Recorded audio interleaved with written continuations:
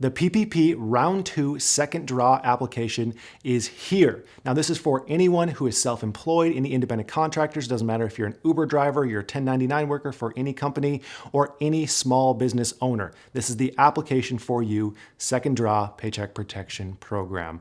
Funding, forgivable loan. So for some context, they updated the PPP application last week. We received it, we looked over it. However, we quickly found many errors and omissions on that application. So thankfully, the application is back. It's up on the SBA website and it's updated for the second round.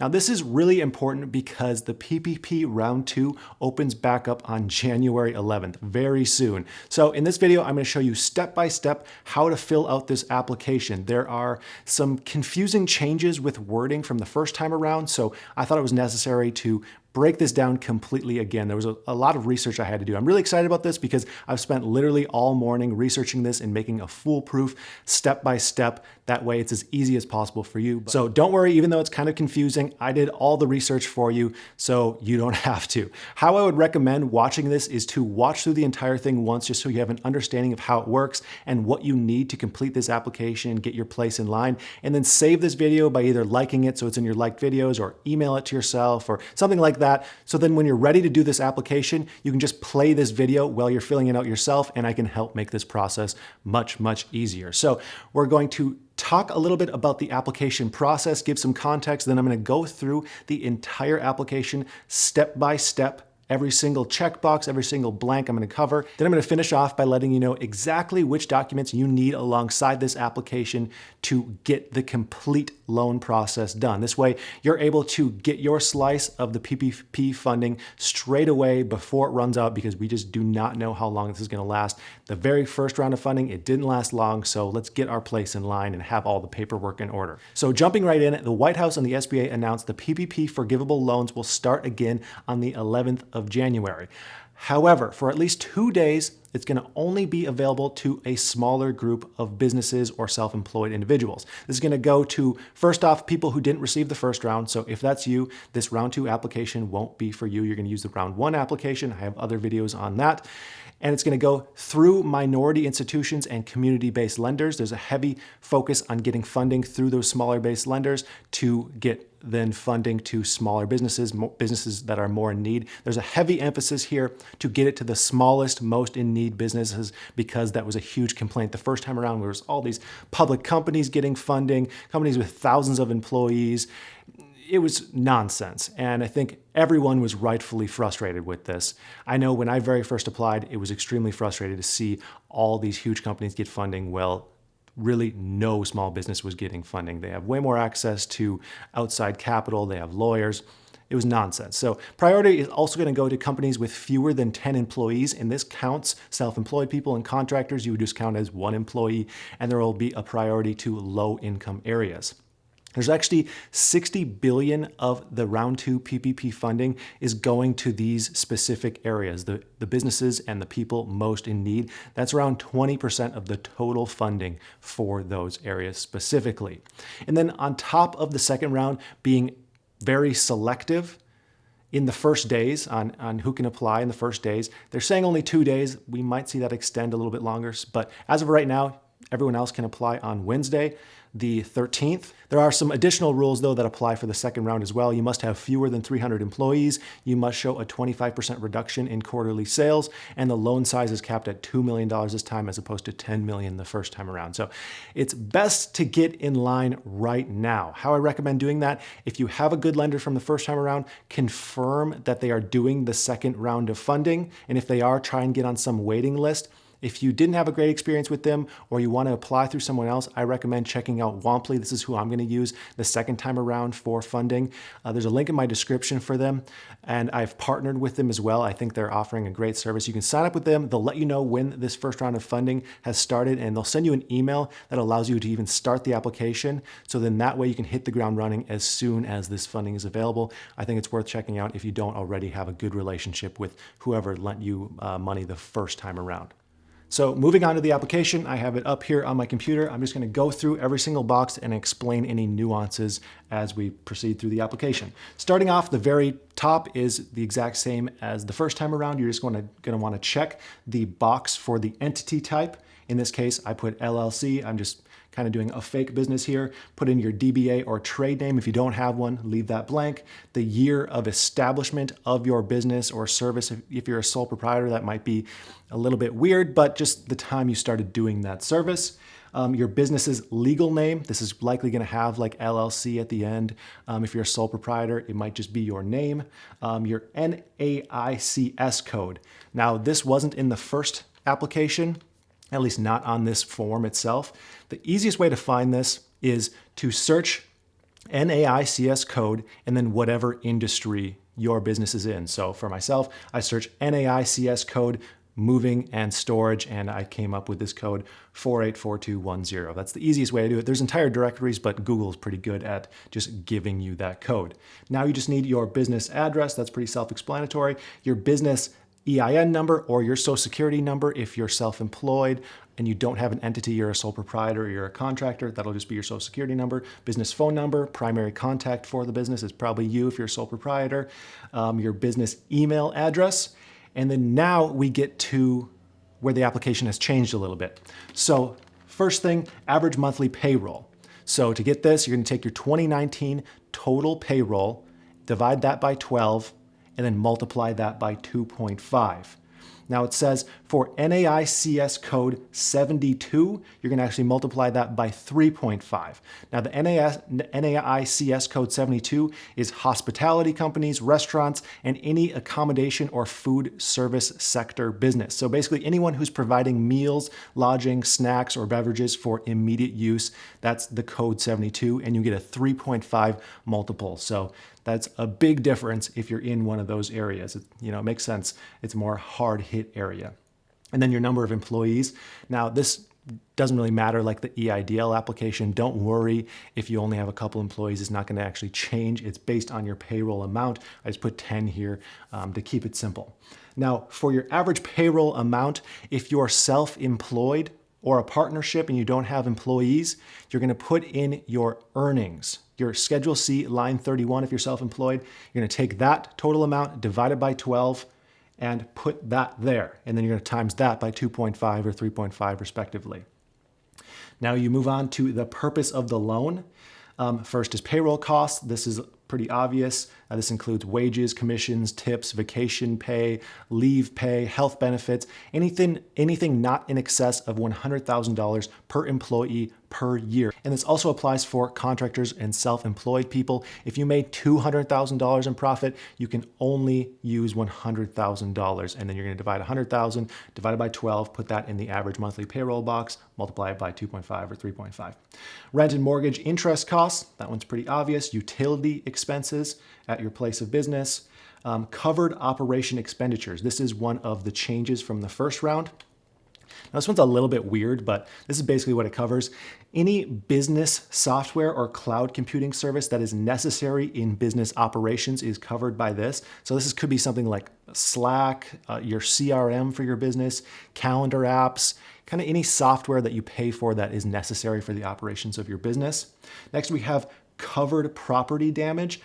I didn't check this one because I think most people are not going to check this one for their business. Basically, this covers any vandalism or looting that happened in 2020 that was not already covered by insurance elsewhere. So this is very specific. I don't think very many people are going to use that one. Then we have covered supplier cost. Now, this is the cost of goods from suppliers that are necessary to operations. This one has some gray area there as to what is included. You can kind of think of it as cost of goods sold. If you have a service type business, chances are that's pretty darn low. If you sell a product, that might be higher for your business.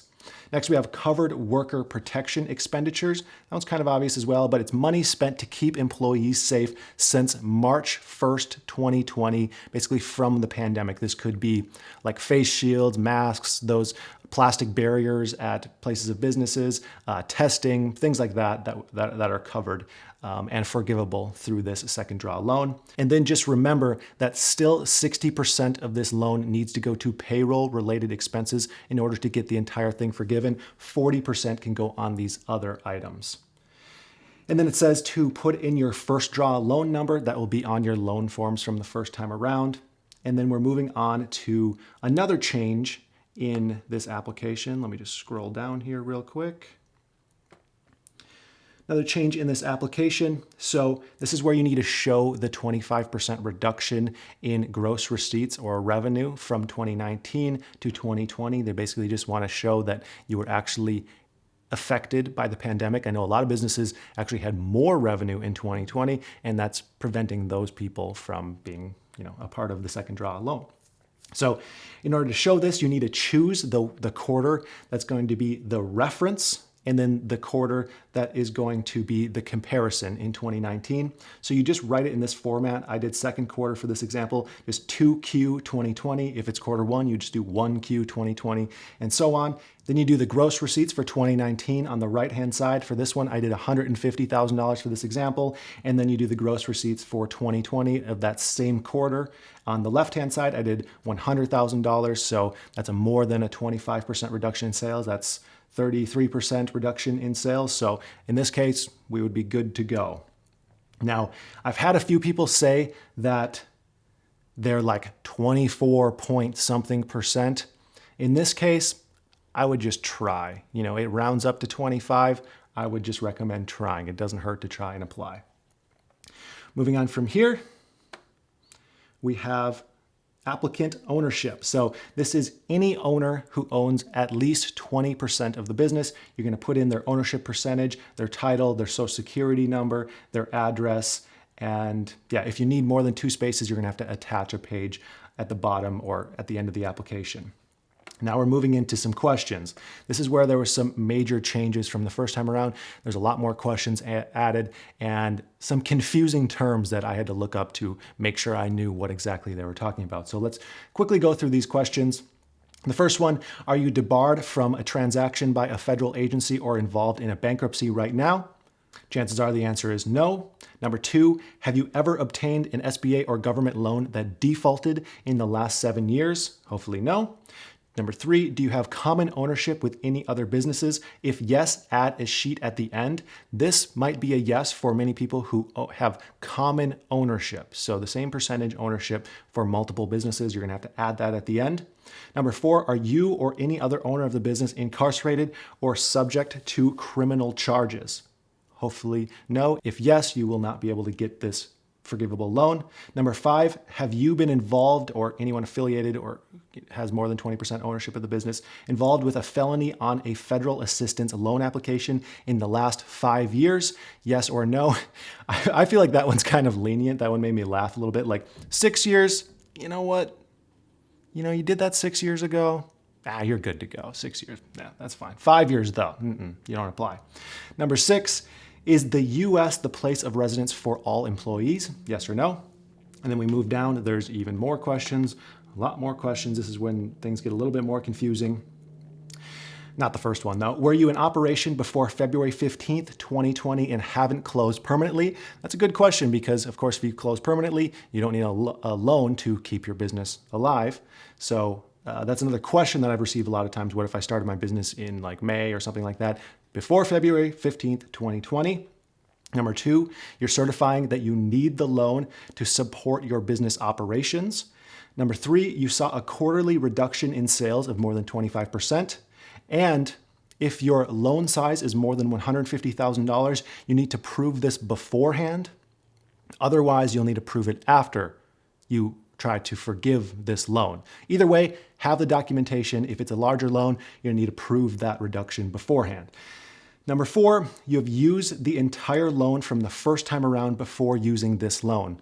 Now this is one I hope to see a little bit more guidance on because what does use mean? Let's say you have $50,000 in your business bank account, you got a $20,000 loan, it's in your bank account, you now have $60,000 in your bank account. Yeah, I used it, but I have money in my account. This is kind of a weird one. I think that probably won't matter. I think they're probably not going to check that kind of thing, but it's just a kind of a weird one. The next question, you will only use this loan for authorized purposes. You can't buy any Rolexes or Lamborghinis like that guy tried to do a few months ago. No crazy business like that. And we found out these people get caught, so don't do that. Number 6, you understand forgiveness is given if the loan is spent on the correct things, the things they outline, payroll expenses and so on. and you may be required to provide documentation to prove what you spent these things on. Next, you haven't already received the second loan and you won't get another second loan. They're not saying if there's a third round, you don't get that. They're just saying don't apply for the second draw twice and you haven't already applied for that.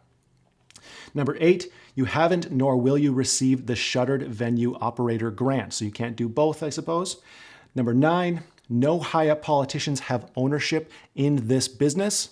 Number 10, your company is not on a national securities exchange. Basically, you're not a public company. I loved to see that one on there because we don't want public companies taking all this funding. Next, you don't have a business with ownership by the People's Republic of China or close ties with the People's Republic of China. And then next, you don't represent the interests of foreign powers. If you do, you would likely know. If not, obviously, you can check that box. Next, you aren't engaged in lobbying interests. Next, and we're getting close to the end here, the information is accurate, otherwise you're going to go to jail basically forever.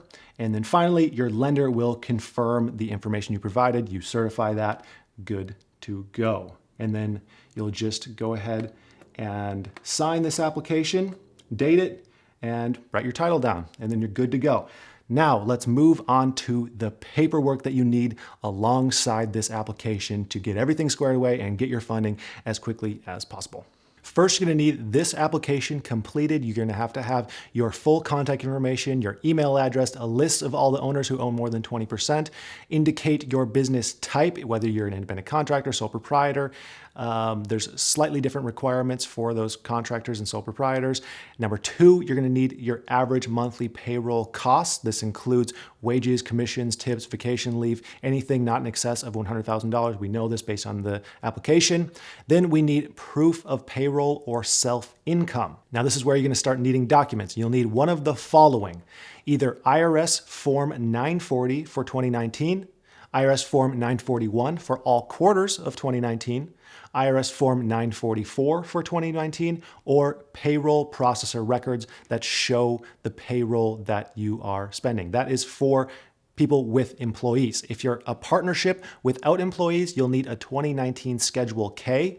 If you show no profit on line 14A, you unfortunately do not qualify for this PPP round 2 loan. You have to show income in order to get this loan because that's what it's based off of. And then if you're a self-employed individual or you're sole proprietor or contractor, you will need a 2019 1040 Schedule C, and you will also need to show profit on line 31, same thing as the partnership. Number 4, you will need proof of ownership. You need each owner's name and social security number and one other document for proof of ownership. This could be articles of incorporation or a 1040 Schedule C or a W-9 form, some document that shows this proof of ownership. Next, number 5, you need a government ID for all owners who own more than 20% of the business. Number 6, you need email addresses for all owners over 20%. Number 7, you need banking information for your business, electronic banking information. That way the funds can be deposited once your application is approved. And then finally, number 8, if you have a business entity, you will need a certificate of good standing from your Secretary of State. This doesn't apply for contractors or sole proprietors, but to find this, just Google search your state's name followed by Certificate of Good Standing, Secretary of State, and you should be able to do this online. It's not a tough process. And that'll do it. Hopefully this helped you get the funding for your business. If you appreciated this, please like this video, subscribe for more updates, and share this with a fellow self-employed person, business owner, so on.